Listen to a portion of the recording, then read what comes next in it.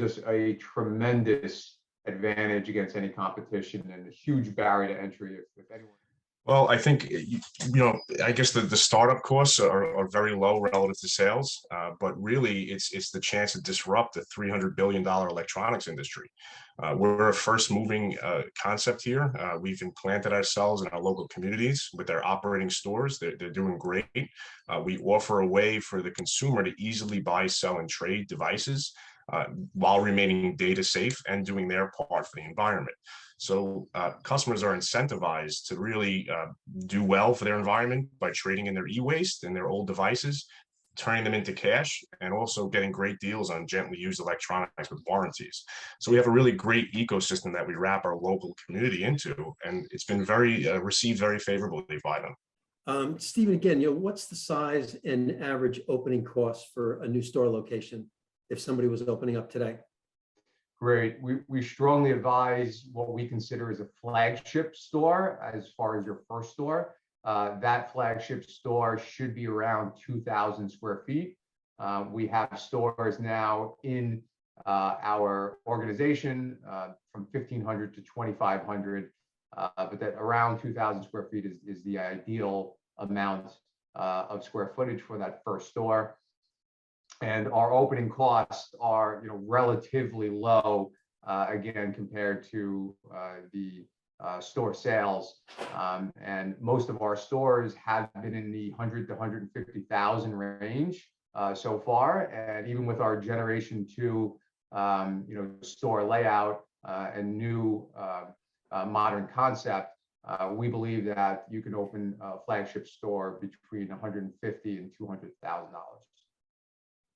Okay, and if I understand it correctly, in that investment, there's really no capital equipment, right? Correct. There's no capital equipment. There's no venting. We do not need any additional power or electric or plumbing.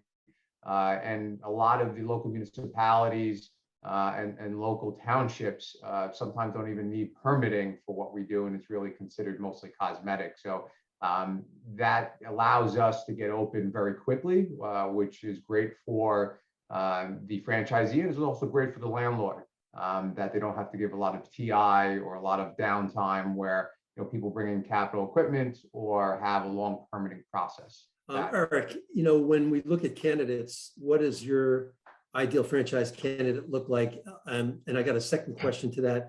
What type of person can succeed with a PayMore franchise store? Thanks, Rich. We're really looking for somebody that has proven experience, that's built a business, that's delegated, that's built a multi-store unit franchise possibly in the past, and somebody with a technology focus, or someone that at least understands the power of technology to drive a business and has a little bit of electronics experience. So we're looking for a well-rounded, I guess, shaker and mover, somebody that can really take the concept to where it needs to go and share the same values that we do, and excitement about the growth of our company. This is really for both of you, moving forward. Where do you guys see PayMore in, say, over the next couple of years, up to 3 years from now? I think that we'll be in every major market, suburban and city. I believe that our service is needed on a global scale. I'd like to say that we can become and will become the golden standard for gently used electronics, whether that's trading in electronics safely and remaining data safe, or access to gently pre-owned electronics with warranties. I think that we're going to be able to build a great team, and we're going to hit our critical mass, and we're going to be the #1 electronics source. You guys would agree that the markets, will just continually grow every year, correct? Absolutely. Rich, electronics are no longer a want, they're a necessity. They drive personal life to business. And as Stephen mentioned, everybody's a customer. We work with small businesses, we work with consumers, and all of the sales that you can find in our item 19 are all walk-in customers that are coming into the location. So you can really take a look at the staggering volume that we're doing. And, can a prospective franchisee still get a strong territory, for what's available out there? And also, any specific target markets that you're looking at? Sure, Rich. We're relatively early on in our franchising process. We're into this less than 2 years. We have had explosive growth with several stores open and a couple dozen stores now in development. But we are, fairly selective in who we choose to award these territories to. But there are plenty of really quality and really strong development areas throughout the country. We are focused on major metropolitan areas, but we've had a lot of success in those metropolitan suburban areas as well. So there are a lot of territories open. We're speaking to people on a daily basis, and we're really looking to continue to speaking to quality area developers so we can expand from the East Coast to the West Coast and everywhere in between. Okay, so you're actually in your third year, right? Correct. Okay, cool. And what made you decide to partner with PayMore way back when you were kind of considering what to do?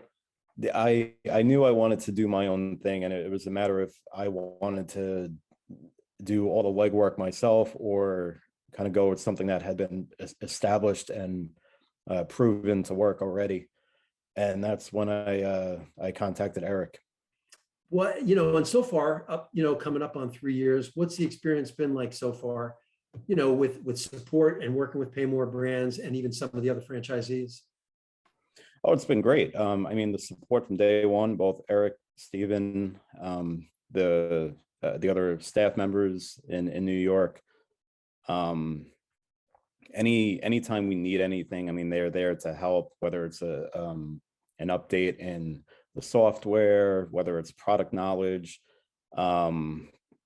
Shortly after I opened, the Gastonia location opened up, and I had helped out Lisa, the owner at that location. I helped her out a lot in the beginning, getting up and running, kind of teaching and training her, mentoring her a little bit as well.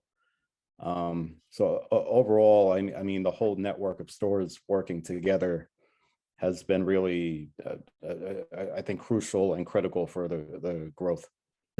How does the franchisor help with support, with your business?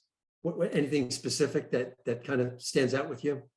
I mean, from the beginning, I don't have any business ownership experience prior to franchising PayMore.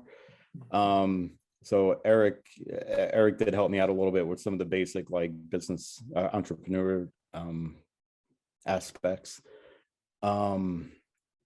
And again, just with the software and the point of sale, I know I keep mentioning that, but it's really what has helped. It helped anytime we have an idea at any of the locations, we're putting it out there, and usually it'll get implemented in there within a few days, depending on what we need, of course.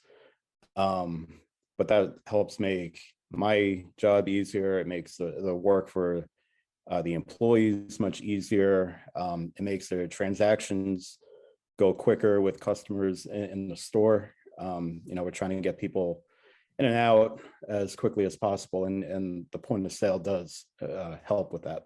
Okay. And at this point, so now you're in your third year.